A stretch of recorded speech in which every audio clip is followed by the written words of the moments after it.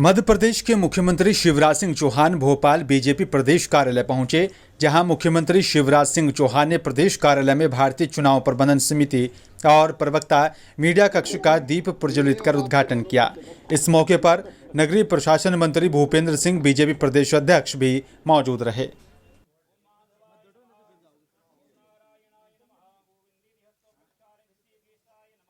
Bharatiya Janata party ने अपने चुनाव कार्यालय का उद्घाटन किया है और प्रवक्ता कक्ष का भी शुभारंभ आज हुआ है। लोकतंत्र जनता के लिए, जनता के द्वारा जनता का शासन है और जनता का शासन आता है चुनाव के माध्यम से। इसलिए चुनाव लड़ना और जीतना ये हमारा पवित्र कर्तव्य है, परम कर्तव्य है।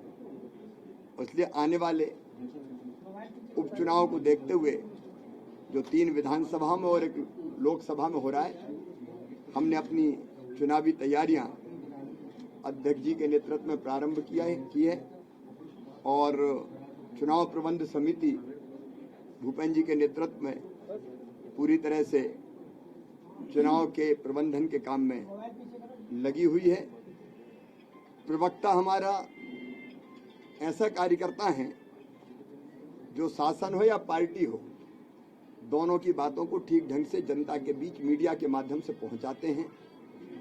अब जब राजनीति होती है तो आरोप और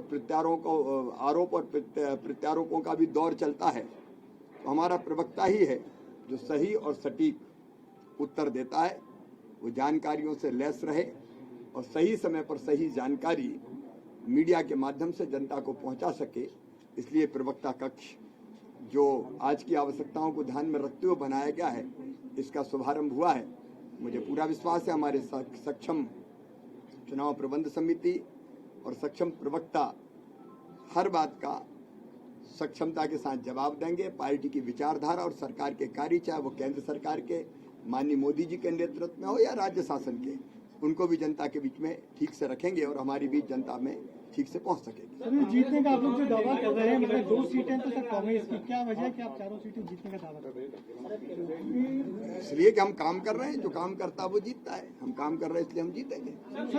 सर एक बड़ा आरोप लग रहा है कि पार्टी ने 2 बाहर से प्रत्याशी लिए हैं। सर 2 प्रत्याशी बाहर से लिए, बार-बार सवाल उठा रही है। कहाँ बाहर से आए? दूसरी पार्टियों से। कौन सी पार्टी से आए भाई? वो तो भारतीय जनता पार्टी के कार्यकर्ता बने तब आए।